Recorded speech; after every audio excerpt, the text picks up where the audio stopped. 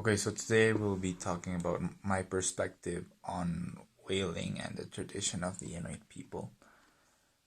So personally, what do I think about how our traditions and our culture shapes our ethical judgment?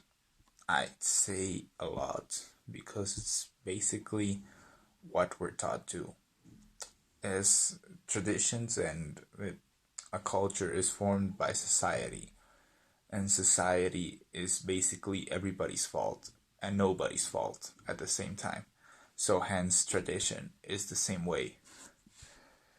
And likewise, I think that ever since the beginning, even if your parents don't want you to be exposed to the traditions or to the culture of your country, you do end up getting exposed to it, even as a little child. And I think that shapes our mind very deeply, like in some of the biggest aspects, but even in the subtle little details of the things we think and the views we have on certain aspects of the world. Uh, Second of all, the Inuit people, I personally do not agree at all with whaling. And I'm gonna be clear here as to why. Whaling is basically killing an animal. And from what I've seen from the National Geographic video that you send us, uh, they don't do it in a very nice or very, not necessarily a brutal or violently intended way, but not either a peaceful way, because they literally skipped over that part. And I personally don't think there is a peaceful way to kill anything, even if you don't make it feel pain. Anyways, I think that traditions and culture in general should be respected because they all have their different sources, they all have their different points of view, their different reasons for being the way they are. For example, and that, however, let me say it, that doesn't mean I agree with most or any of all, even within our own country. For example, carnivals. I know that's not something from our own country, but like Virgen del Cupiño, all that, because I personally have viewed it as something that people just use as an excuse to mainly get drunk and party, basically, in some cases.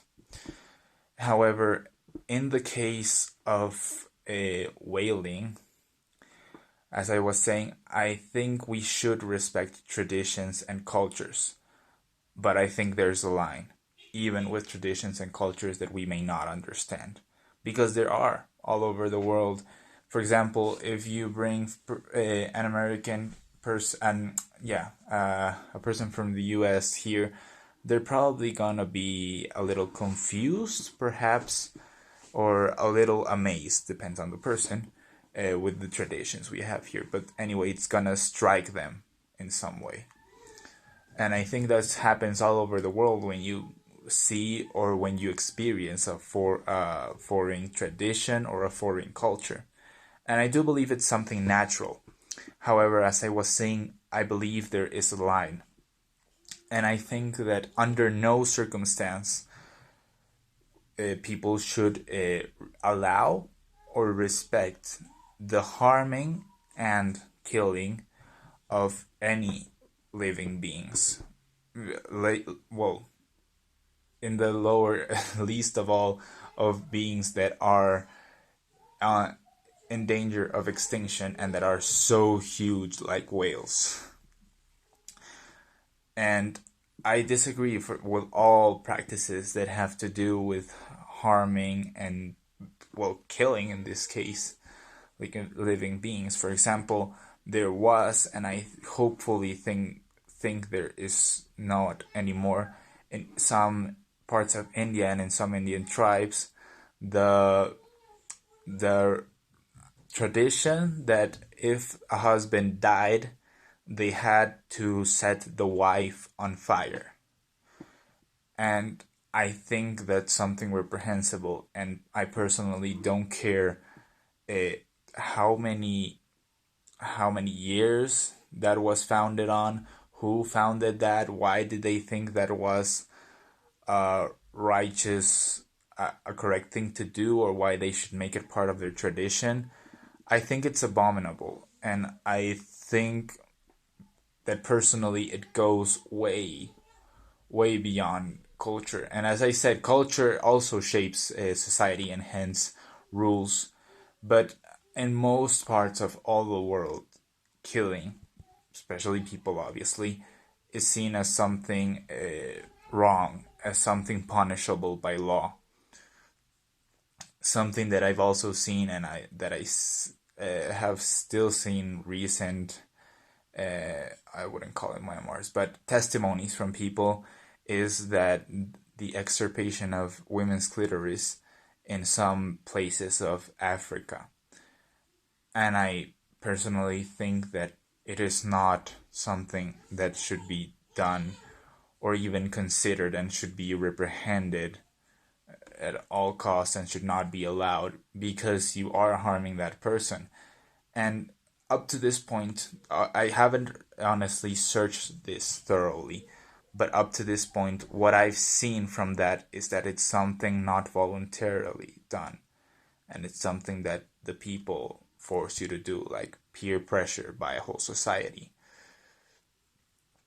And even with some unethical things, like, I don't know, at least to my point of view, just getting drunk, which can lead to literally any types of misdeeds and dire consequences.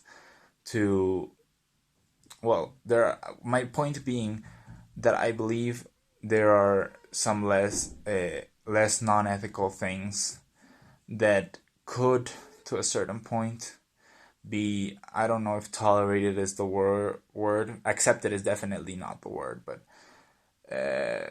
yeah, tolerated within the world.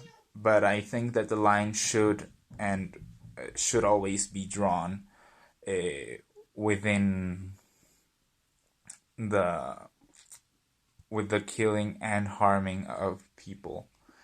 For example, and this is an example that was thankfully long ago, but there were some tribes, uh, island tribes, that had the ritual of eating the person after they died. Yeah, that happened.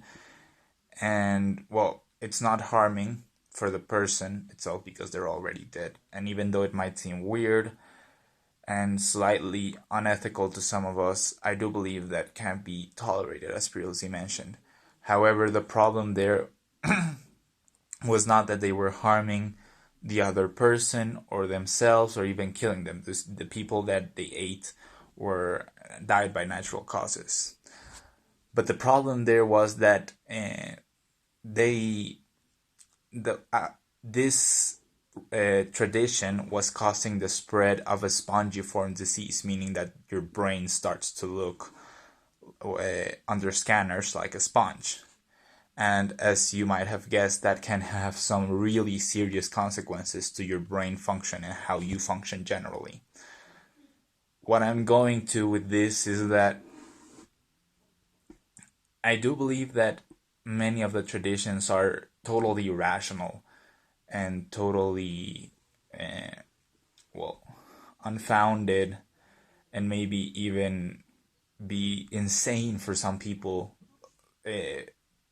seeing it from a foreign perspective. However, I do believe that putting the line where you have to kill or harm living beings does have its rational fundaments. And I also believe that we should protect life, and as I said previously, even more so in the case of endangered species, at all costs. And something that I noticed at the beginning of the Nat Geo video was that the person that I believe was conducting the ritual, as at least that's how I understood it, said that he respected this animal. And that seems to me, at least, like something very hypocritic and very, to put it in mild terms, dumb, very dumb to say. Because this, it's like saying, for example, that Abraham Lincoln's killer respected him, or that JFK killers respected him. That simply doesn't sound right. And even more so, I'm getting too anthropocentric, and that's not the approach I want to take at all. But the people who make their dogs fight to death, or even the chickens, or so many other practices that are harmful to animals, that if they said they respected these animals, even butchers taking out the pigs, cows, etc., saying that they respect them, is something hypocritic. Now, something here that I want to make a standpoint and I want to explore, because it seems very important to me to totally define my perspective, is that I do eat meat. And the point of the butchers also seems very valid, because even though it has been proven that people can be vegan and vegetarian without any need of supplements on the long run, it has been proven that it has to be a very strict diet and they have to be eating certain things. And I do believe that to a certain extent it is obviously eating animals selfishness, but I also believe that it is very it is also a part and to some extent need, in the sense that we have a more spread diet, not in the only in the sense that we have also varieties of meat to choose from, but in the sense that we can eat more freely without the risk of having I don't know, vitamin B12 running low on vitamin B12 or things like that. That's an example. I actually don't know what vitamins or supplements or minerals are at risk when you stop eating meat. However, I do have to say personally that I do think it's something very selfish, and despite me doing it, I know it's something selfish. But and again, that's something that's also widely influenced by culture. I believe that maybe if suddenly a whole society but like a centralized society, I don't know, like a state or a departamento or a country were to become vegan by law or something like that, I do believe that later on into generations they would stop eating meat altogether. And yeah, that's all I wanted to say. I believe that killing for tradition, and even more so saying that you respect said animal or living being that you're gonna kill, is something very, very hypocritical and very irrational to say, in my perspective. Well, that's everything I wanted to say for today. Thank you for listening and thank you for watching.